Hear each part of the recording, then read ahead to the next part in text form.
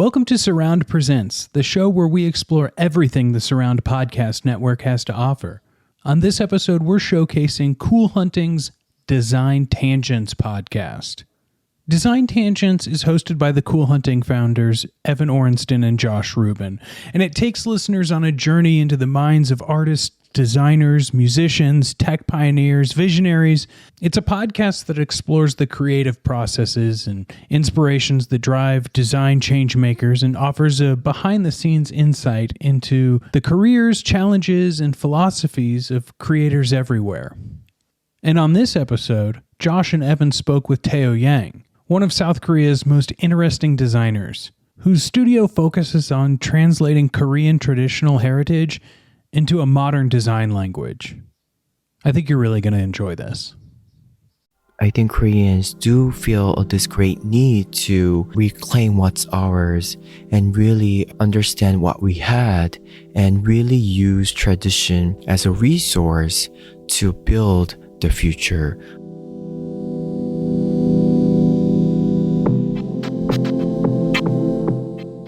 Welcome to Design Tangents, a podcast from Cool Hunting exploring the creative processes and inspirations that drive changemakers. I'm Josh Rubin. And I'm Evan Orenston.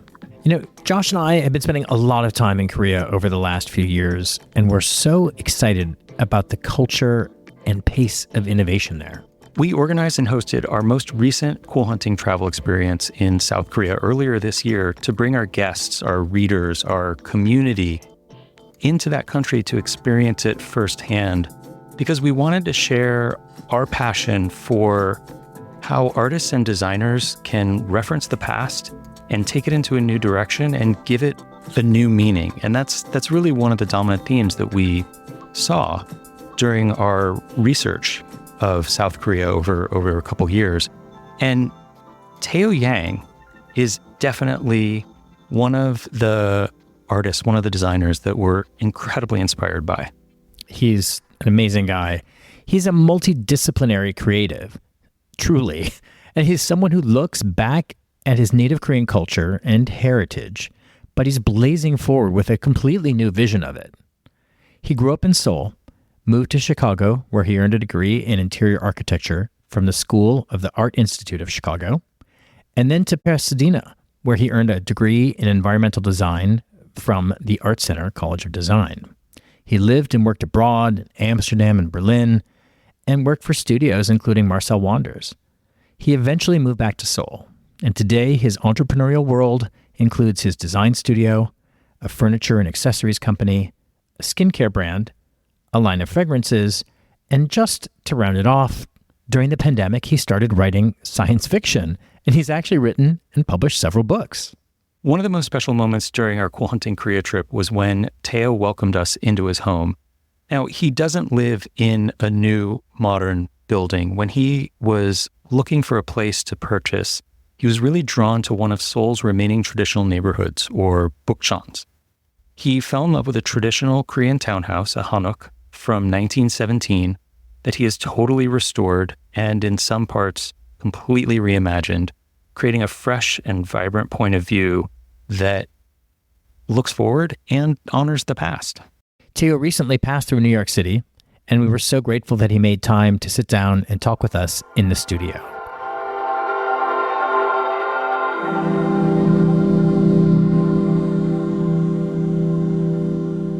Teo, when I think of you, I think somewhat similar to how people might know about Cool Hunting. If you know about Cool Hunting, then you know a lot about it and you're really familiar with it. Other people have no idea. And I think in some ways, you're really similar. If anyone is in the design space, the interior design space, you are a celebrity. But in other worlds, some people may not be familiar with who you are and all that you do. You are a really multi-hyphenate creator, a designer. You do all kinds of projects in that space. You make furniture. You create skincare products. You more recently have launched a perfume collection, which we're going to talk about in depth a little bit later, or a fragrance collection. And you've done all other kinds of collaborations with brands. So I think there's so many things that we're really excited to talk to you about. A really nice place to start might be going back to that visit to your home. And this was the first, we've seen your home like in magazines and websites, but Evan and I hadn't personally been there, and we were so inspired as you took us through and told us the story. And I think that it's a nice way to introduce a bit of your thinking and your perspective on design and creating space. So if you could just briefly tell us, for those who are listening that might not be familiar with your home, tell us about your home. I live in a traditional Korean house that was built in 1917. And, like environment reflects who you are, and environments deeply influences you in many different ways. And by living in a traditional house that was built during the modern times, in a transitional time, it really made me think about where do we come from and where do we stand and where are we heading towards. So I am always constantly questioning myself of where I stand and where am I gonna create, design, and lead people towards to on the subject of time. So my house is sort of like an experimental platform and where I get my inspirational from. And also it's a huge, almost like a encyclopedia for me to do research on. So I feel very lucky. And, as a designer, I have this mission of translating tradition and local value to a contemporary and international language. And I was given this mission through this house. And I feel very lucky. As a designer, it makes a huge difference if you have a mission. And if you don't have a mission, I think it's definitely beneficial to be the one with the mission. And I feel very thankful to this house. And I do feel a great obligation that I take notice of the historical backgrounds and also to tell the narrative back to the people that I was influenced by. Other editors on our team had visited you previously, and we've written about that. We'll put that link in the show notes. And that's one of the reasons why we said, hey, we've got to come visit you with our group if we can. One of the things we were talking about a lot in Korea is that, and this is a gross generalization, but that Koreans and Korean designers love a very tight design brief. They don't like loose, open-ended things. And we're trying to imagine, you see this house, and your house, when you say a house, it's a private house in a very old traditional neighborhood. So it's kind of like a townhouse because you are next to other people. It's not like it's not like Beverly Hills where you have a huge yard, right? So you're stacked up in between a bunch of other similar private houses up on a very small, steep, windy street. It's incredibly picturesque and beautiful. And it is not, no space is easy to design, but here you're entering a space that has multiple kind of buildings, lots of pretty small rooms. And we're just curious how you first arrived there and thought about it. You could have ripped all the rooms down and made them into a loft, right? But you decided to stick with what was there and work with it. And I think we'd just love to hear a little bit about that tight of a design brief that you walked into for yourself. Definitely. I think as a designer, even though I'm an interior designer, I always take an approach, maybe like an architect who appreciates the memories of the site. And also, I really need to know the narratives and the history of what these kind of housings has a hold. And first, so research comes first. You need to know how the space has been composed and then how it functioned and what were the philosophies behind these and what were the aesthetic. And then you choose what you want to remain and what you want to bring it to the future. So it took a long time for me to do some research. and then start designing. I didn't want to really just create something new out of it. I knew that I wanted to create more like a research project than an interior design project. And I think that was a very different approach. There's so many design studios in Korea. I think there are two things that really makes my studio different is that like we have this mission to really deliver a tradition to a contemporary scene. And another thing is that we really think of design as more as a humanities aspect to it. I always question myself, like, there are these three questions of humanities that they ask you, like, who am I? How am I gonna live? And how am I gonna die? So I always connect those questions to the practice that I do. So I make sure that I check the identities of the projects, and I make sure what kind of narratives do I want to deliver. And I always think about how I want these projects to be remained. So I think that's the approach I took when I was remodeling my hanok.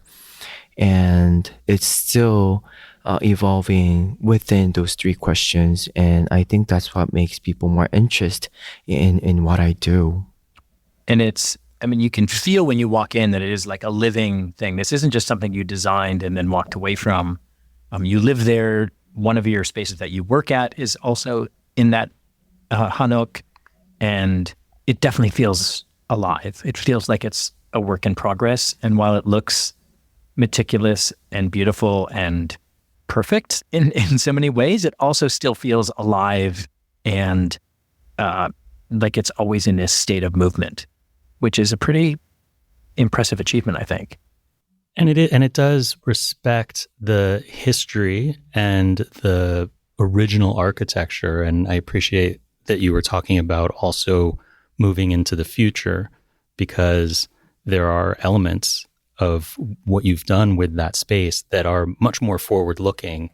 And, some of it might be about modernization to have a comfortable present experience, but some of it also feels like it's anticipating what might be next, what might be next for you personally, or what might be next in your work and in your output. So it is, I love that it is this research tool for you in so many ways. Teo, I'd love to hear some of your recent projects or some of the projects that you might be working on that you can talk about. When we were in Seoul, the Blue Bottle Studio hadn't opened yet, and we really wanted to see it, and we couldn't see it.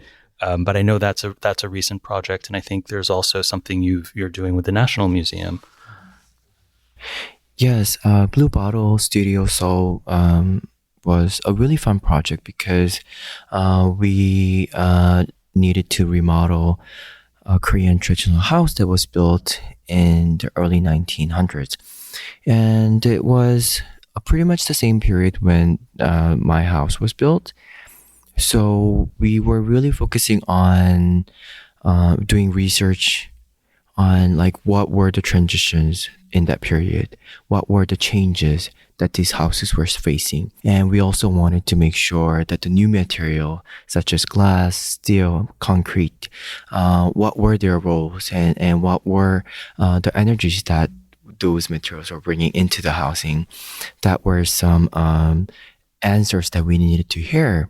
So we literally created a book on what are the modern hanoks and what were the changes that these architectures were facing. And we also wanted to make sure that are these housings cater to the modern day people in a efficient way, such as air conditioning and air circulation and good lighting. How do we hide that? How do we camouflage those technologies and make sure that it coexists with the old aesthetic. So we came up with the systems on how to hide all the wires and pipings. And so that was the really important part of the project. And us and Blue Bottle, we are also considering to share some of the ideas that we have created through the project to the people who need to repair or install new things into the old architecture, not just Korean traditional ones, but if they need to fix a vernacular architecture in Vietnam or Kyoto, wooden houses, they do share a similar structure. So we're very happy to suggest that. Is there a difference between just a regular Blue Bottle retail location and the Blue Bottle studio? Like, what is Yes, definitely. Blue Bottle Studio is focused more on crafting the coffee, like the hand drips. So usually they would create almost like a tea ceremony experience. So limited guests, you need to make a reservation in order to enter, and they would serve course menu coffees in these housings. And it's not just a place for you to come in and drink coffee and leave, but it's really about sharing the research that they have done on brewing coffee and making coffee, and it's a platform to share all of that. So it will be a very special experience. I'm curious about the contrast. The coffee culture and the cafe culture in South Korea is insane. And if people don't know anything about it, it's an incredible thing to research. There's so many cafes, they compete with each other in innovative pastries that are really photogenic so that you can share them on social media. And in a lot of ways, the social media is the more important output of it than the quality or taste of the pastries or the beverages. And this seems to be kind of the complete opposite, right?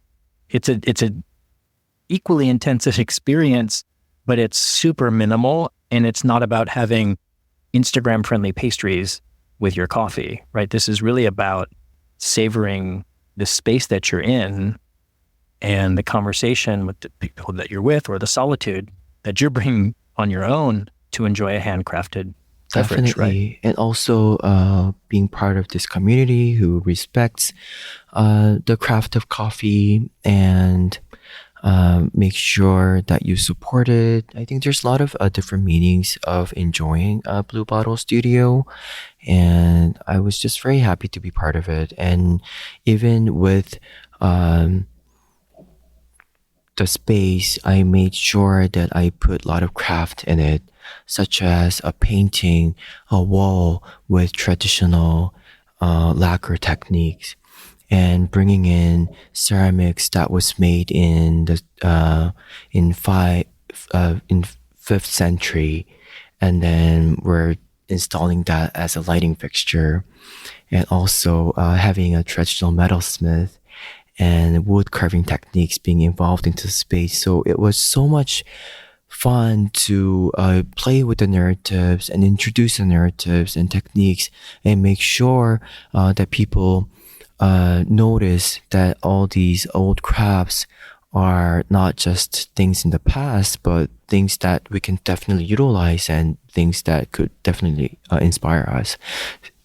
I love that you just casually said bringing in 5th century ceramics to turn into light fixtures.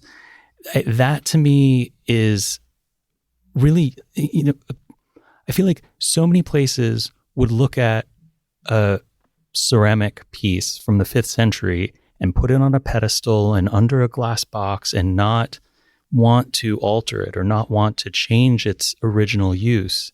And I think that you're taking this object and you're honoring it and you're celebrating it, but you're also changing it into something else. And to me, as very much an outsider, but we have spent a fair amount of time in Seoul and other parts of South Korea. To me, that feels somewhat uniquely Korean, right? This desire to look at the past and reference the past and take that insight and interpret it for the future and maybe change it for the future. but again, that's our outsider point of view. I'm really curious what your, like, how would you describe what is uniquely Korean or distinctly Korean from a design perspective? No, I think you're definitely on point, and I'm very fascinated that you discovered that in such a short time. And I think through history, we as Koreans didn't really get had the chance to enter the modernization with our own will after the Korean War. We were just busy surviving, and we had to have a lot of help from the Western outsider world. So I think Koreans now feel this urge, and I think Koreans do feel this great need that we need to reclaim what's ours and really understand what we had and really use tradition as a resource to build the future. I think it's a very important perspective that we need to have.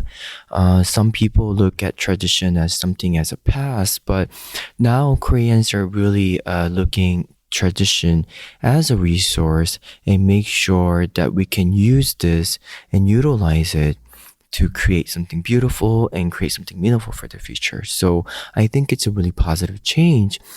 And for the National Museum, especially the one in Gyeongju, which is the old capital of Korea, which I have designed, I actually took out all the ceramics that was made from 3 to 5 centuries out of the glass cabinet.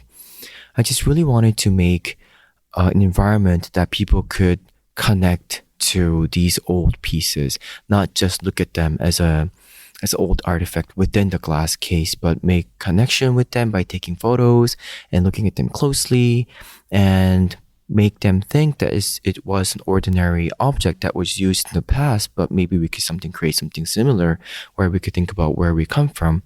So I actually changed the whole museum into a condition just like within the same condition as the glass box. So you're literally entering into the museum and you're entering into a glass box. So there are all these air filtration systems that filters are out our carbon dioxide, which is not good for the old objects. And we made sure that all the casings and all the platforms has the earthquake resistance built into it, and we created very simple bamboo guards that even a 6'2" guy comes in with the umbrella and tries to hit the object, they can't really reach it. So there were all these simple rules that we created to make sure these old artifacts are safe, but we wanted to really create a place where people can connect to these old objects. What's uniquely different and what's uniquely Korean is that there's this old saying, quote, in Korea. I'll just say it, translate it in English. Yes, truly beautiful things needs to be simple, yet not humble, and it should be splendid, yet not extravagant. Can you say that in Korean too? Yes, it's 거미 불루 화이 불치. It's like an attitude towards things, making sure that there is a balance in everything. And I think it really goes back to what you have said, that now we're really trying to find balance between the past and the present, and then make sure that we have the right amount of everything in our future. And I think it's very important that we acknowledge history, because when you look at yourself with the glasses of history, you now realize that you're part of something. So you want to know where you're from, and then you know where you're standing, and then you can decide where you want to go. And that gives us more options to choose from and more positive options. So I think it's really great that we're looking back to history and looking back to traditions and creating something new. And I think that's what makes Korea unique these days. Even food, fashion, K-pop, K-drama, K-movies, it all has reference to the past.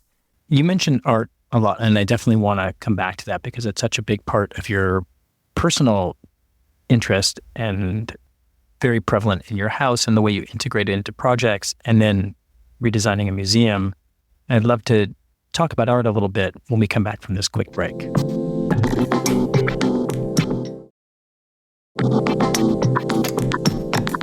Art is a big part of your life, right? And correct me if I'm wrong, but I believe it's also personally something that you're personally really interested in. It's not just a work thing, right? Can you tell us a little bit about how you think about art, both old and modern art? Clearly, you have thought a lot about how art lives in your house and how you integrate art in your projects. And you mentioned a great example of that in the Blue Bottle studio. I love art because art gives me such a different perspective on how I should view the world. I'm always respectful and very thankful to artists who create something beautiful, but very contemporary at the same time.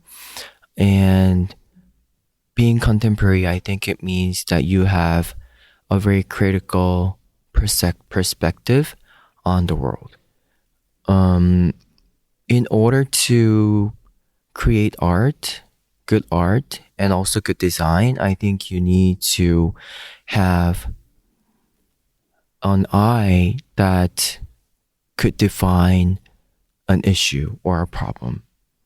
And then you give a solution on that. Or not even a solution, just a suggestion. Or just to clarify what's going on with the world. And sometimes as a designer or someone who's not an artist, we really don't have a time to do that. The world's moving so fast and everything's going so fast around us. And sometimes we're put in this race. Sometimes you don't even realize that you are on this race, and then you don't acknowledge how the world's turning. But art gives me a chance to be away from all of that. So that's why I always want to surround myself with art that's been created by great minds and make sure that I think the similar way or get close to it. So art, collecting art for me and putting in art into projects that I do is a way for me to suggesting to people that we need to have a perspective and we need to have a critical thinking mind, and we need to not just enjoy space by sitting down and relaxing, which is good, but I want my space to be a platform where people could think in a deeper layer. I know that some spaces have been created around art. I believe there's at least a couple in your own home where you intentionally had a work of art that you wanted to be in a specific place, and then you kind of renovated around that, I think, for clients. Similarly, clearly in a museum, you're doing the same thing. And art is also objects too, right? You collect historical things like beautiful old ceramics as well as modern art. I just love mixing different time eras so much. I think there's a huge beauty in them. The juxtaposition of old art and contemporary art creates such a beautiful narrative, such as putting ceramics from the ancient times and placing it with ufanlis. The line painting in my house was a choice for me to make sure that I constantly think about the history and also think about the difference of time. And sometimes I get too emotional, and sometimes I get too carried away with the importance of art, that sometimes I tend to erase the space and then only offer art to my clients. I will tell them, you don't need expensive furnitures, you don't need that carpet there. Just buy a beautiful piece of art that would change your attitude towards the world, and then maybe that could be the starting point of something meaningful, and that would be a better space that I could suggest to. But some people agree, some people don't. But I just find that so amusing. Yes. I love that you challenge your clients that way. And I love that you are not pushing to have your hand be the most present aesthetic in some of these cases. You're really encouraging living with art as a way to create space for someone. And clearly art is also inspiration for you. We're very fortunate to actually be together, and we're in New York right now. Have you had a chance to see any art while you're here? Have you had that, kind of inspiration moment? Definitely. I mean, I'm here for only 5 days. And this is your first time in New York in 10 years, right? Yes, I think more than 10 years. I don't even remember when's the last time I was in New York. So I was so anxious to see everything. I was like, I need to go to the Noguchi Museum. I need to go to the Beacon. I have to visit the Met, Whitney, Guggenheim, and all the beautiful galleries in Chelsea.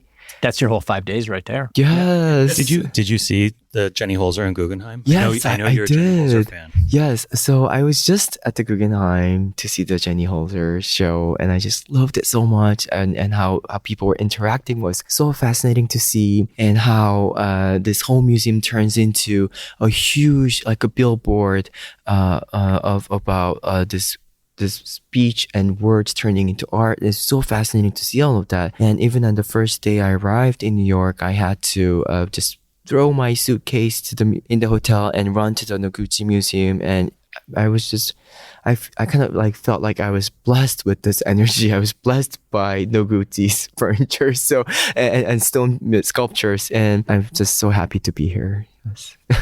And shout out to the Dia Beacon. Josh and I live in Beacon, so we actually saw on your Insta that you were visiting, and we were really excited about that. It's a great museum. If I had to do one thing in New York, that was on my most priority list. And of course, I'm here for meetings with clients and talking about new projects in New York. But I had to visit the museums first.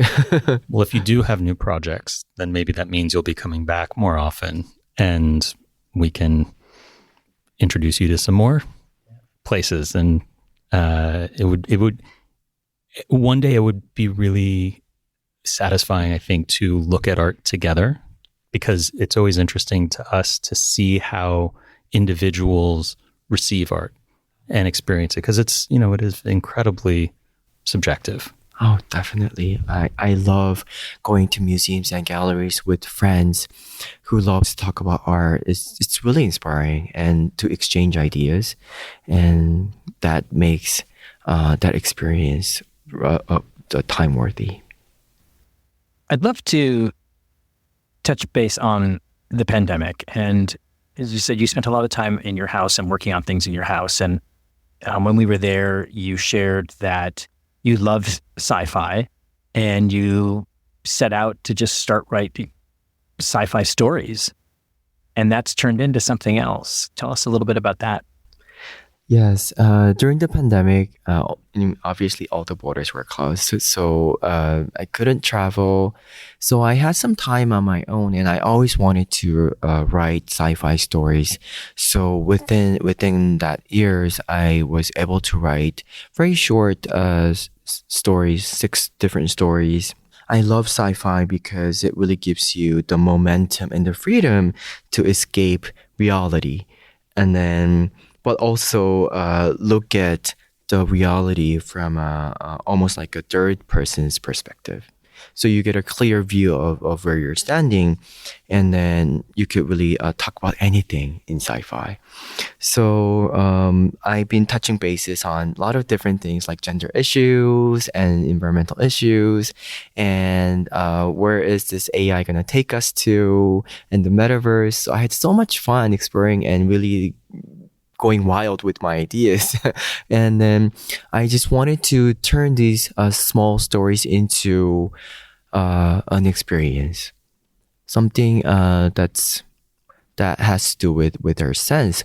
So I had these ideas to turn these short stories into perfumes. But this was way after you'd written them. Yes, Right? It wasn't way like after. while you were writing them, you're like, oh, this would be great. No, yes, because when you think of it, of course, I mean, I would love to like create a space based on these novels and create music based on it, but like scent was like the first thing that I thought about. And so, but I don't know how to make sense, and I really don't know where to start from.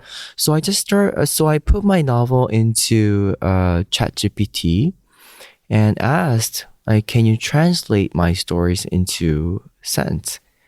And it actually did. It gave me like top notes, middle notes, base notes. Really? It went into all Yes. that detail. That's Yes. amazing. I mean, I had to ask in a deeper way different questions, like what would be the top note, what would be the middle note. So, and then I got some really incredible results. And then within those results, I came up with a friend, we used these formulas and created room scents. And I would create this room scent, and I have spray it, and then I have my friends read the novels while they're smelling the scent. And it was such a fun project for me. And then it became a brand. So I named it Sinang. Sinang means Si means time, and Nang means pouch. So it's time pouch. So it was a term that appeared in an old Korean novel. It was a time machine. So I named after that, and then I started distributing that, and it's been a really fun process. Can you pick one of those 6 stories or 6 scents and just kind of describe it a little bit for us? What the story was and what the end scent came out to, how it's experienced? Yes. So we have this scent named Artificial Nature, and it's a story about Earth being pretty much destroyed by the space trash, and Earth becomes not livable anymore with all this steel and plastic coming from the space. So people escape to the moon, and they start collecting this Earth trash and create artificial gardens. And so it's kind of like commenting on, like, if we go on like this, this dystopian future might come true. And then I created a perfume based on that, and it was really great because there were formulas that came that OpenAI shared with me. It was like moss and orange, and some other like exotic scents. And the other story that I love is called Roy Rubens. So I visit this female scientist. Her name is Vera Rubin. She's the first one to discover the dark materials in the universe. And I go and meet her in her lab, and we talk about, and I observe her, and we talk about the hardship that's going through her, and then we turned it into perfume as well. So wait, what does Vera Rubin smell like? Vera Rubin, so it's very feminine, but it's very dark, and it has violet in it and amber.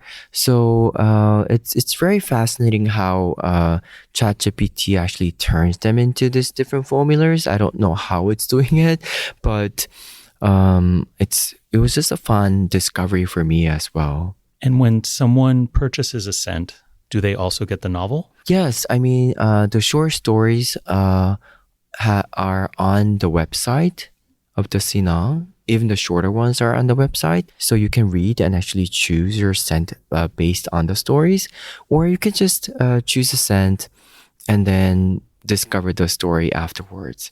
And like another story is the Savoy Apartments. It's based on the Chinese Cultural Revolution, about a real apartment that exists in Shanghai.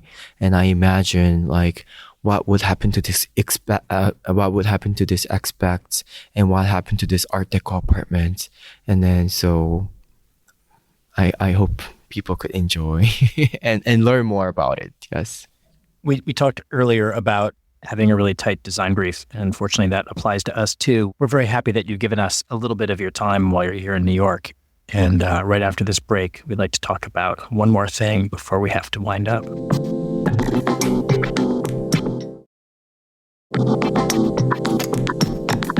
Teo, one of the things Josh and I think a lot about is the future. And on our studio side at Cool Hunting, we work with clients thinking about the future and ways to interpret it.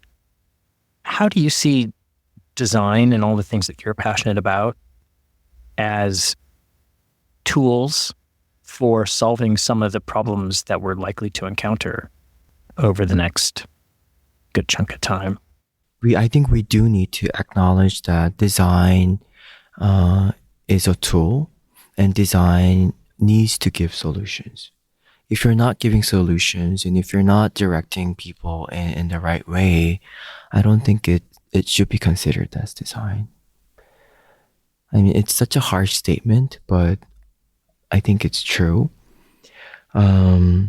So I think it connects to the previous conversation that we said. You need to have a critical eye, and you need to make sure that find places that needs improvement, and find places that needs to be fixed. And I think you need to be very active and work as a designer, create a voice, and make sure that you're creating positive change in those spaces, and make sure that you benefit to the history.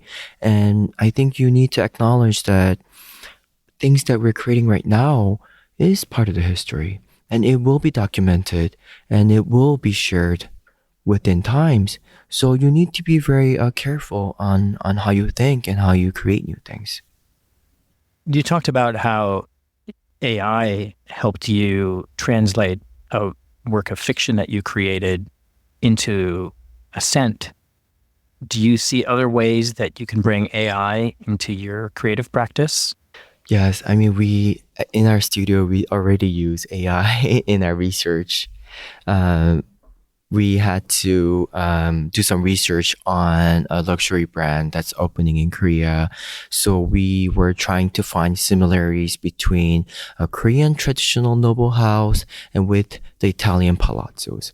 And it took about a month for us to go through all the books and do research and find about 10 common things. And we wanted to create a space based on that. But after we wanted to use AI to just to see if we could get the same results, and it was giving us more accurate and more options that we couldn't think about.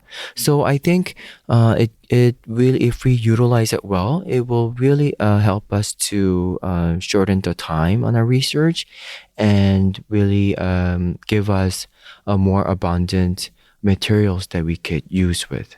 I'm really happy that you first did the research through more traditional methodologies. You went through the books and then compared results with an AI, and that validated, I mean, what you found was it aligned with what you found, and then introduced more. And I think that this is just such an important part of how AI can be or should be used as a tool, as a collaborator in the creative process. We need to remain critical. We need to also do our own work as creatives. And I think that your example is such a great case study, or such a great role model for people who might be younger in their career and learning and thinking that they can do a lot more with AI and skip some of the more traditional methodologies. And this blend you've described sounds like a very healthy balance. Yes, I mean, you have to read a lot in order to create good questions to ask AI. If you don't know anything, it could really give you the wrong answer. So I think there needs to be a balance of traditional way of reading and then utilizing AI in the same time. One of the things that you pointed out in your, and this is kind of straying from AI, but still kind of thinking about future design. One of the things that you pointed out when we were in your home were some ancient ceramics, and you talked about scanning them, 3D scanning them, and then using that as a starting point for making something new. And I think that's another really interesting example of modern technology enabling a new creative process. Yes, definitely. These old earthenwares, we do have the technology to scan all of them, and scanning means turning these real objects into data. And data provides us with so many different options to create. You can share the data and pass it on to people, and then you can play with the data using different tools, and then you can come up with something new for the 21st century. I decided to play with this data with modeling tools, and in the modeling tools, there are simple vocabularies such as rotate, scale, cut, distort. So I've been using these vocabularies to create new forms and new shapes and give them new functions. So these earthenwares used to be small cups, but I'm turning them into diffusers and also a vase and also small mirrors. So, and then 3D printing them using resin. Of course, you can use them just with resin, but I'm using this resin printed objects and using them as a mold to create a glass object. So by adding different layers and different methods, you can just definitely come up with something new and innovative. And I think it would be such a fun part to take. I'm really excited to see how you're doing that. We saw sketches of things, but I think this starts a really interesting chapter, right? It's, to your point of what we've touched on a few times, it's looking back and honoring the past, and using those as kind of ingredients to create new things. So the idea of scanning a really old object and then thinking about different ways to manipulate its shape and create a new version of it using 3D printing or additive manufacturing, or even creating molds that can be used by hand, and that is super interesting to think about. Yeah, I mean, these old objects were made by hand, and now it's being printed with computers. But there is still this connection, this conversation between two. I think it just makes so much interesting, and it's still and it also talks about the beautiful things that people created. I mean, I feel very fortunate that I've chosen to be an interior designer because I get to learn the beautiful things that people created throughout the history. I mean, that's such a noble thing to do. And like going to museums and going to galleries, that's all part of it. And I think that gives me chills all the time. Like in 17th centuries, 1930s, like people had these thoughts and people created this beautiful object. And those were the things that made us where we stand now. And then it gives you throw out these questions like, what are you going to create? And how are you going to benefit the next generation after you? So I think it's really helpful to think that way. I really hadn't thought of it before now, but thinking, people always ask us, aren't you afraid of AI? It's going to completely replace the editorial, process, and an AI can write something better than an editor or writer can. And as I think about it, you really can't have an AI really be your interior designer, right? It can give you really basic things like how to solve for a layout, but that whole element of putting things together based on your information, your taste, your personal insights and archives, and the client's desires, right, is something so unique. That's not something that AI can generate. Josh, I know you have a comment. You've got a sigh. I think that it is totally possible to prompt an AI to create an interior design. I don't necessarily think that it will be as fantastic as a human designer. But I think that, I've certainly prompted AIs to create spaces, and it's but saying, hey, design a spaceship that looks like Eames or whatever is different than that's walking into Teo's house and seeing the array of objects and books and art and furniture and light and colors and scale and drama and effect, and putting those all together. This is an interesting challenge, but I'm also like, I'm trying to read the expression on Teo's face. I feel like you've prompted an AI to create an interior design. Has that happened? Have you been satisfied with the results? I mean, I do. I mean, I love the idea of AI because, you know, in order for me to create, I need to read, I need to study, I need to see what Frank Gehry has done. But, you know, I can't do all of that. I have limited time, and I need to sleep, and it's impossible for me to read all the books, but AI can. It has all the information. And I think that really can help us to reach another level. And I'm so happy that I am living this era that could see that change. And I'm very excited where it will lead us to. But the thing is, we need to make sure that we're putting in the right data, because AI needs to utilize the data, and we're feeding the data to AI. So I'm hoping that I could be a part of the researcher who could type the old books and feed it, and turn those into data and feed it to the computer systems. It's sort of like scanning and changing it into data. I think I could be the middleman who would give the right information to utilize. Yeah, we need an LLM for design. Because there's a lot of false informations, on the web. So I just hope that AI will be much smarter, that it chooses facts over something that's false. Teo, sadly, we have time for kind of, I think, maybe one more thing. Is there something you want to share with us? Something you're excited about, thinking about, working on, dreaming about? Well, I think I'm always inspired. Like, I'm just so happy that I'm in New York right now. I just can't wait to see more of what the city could offer. And I just can't wait to go back to Korea and utilize the things that I have seen here and learned here and create something meaningful with it.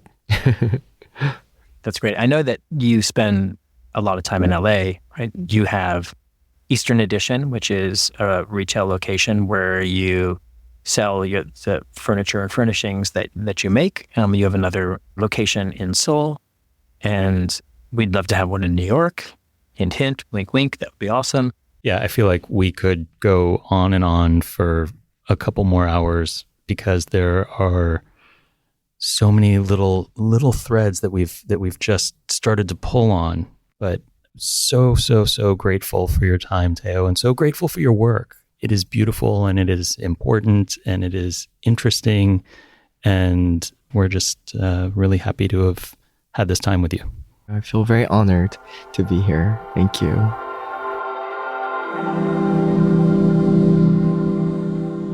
Teo, thank you so much for making the time to be with us here today. We love your work. We think you're an amazing guy, and we're inspired. We are inspired by you, Teo. Exactly. So thanks again. Listeners, let us know what you think of this episode by leaving a review on Apple Podcasts or your podcast network of choice.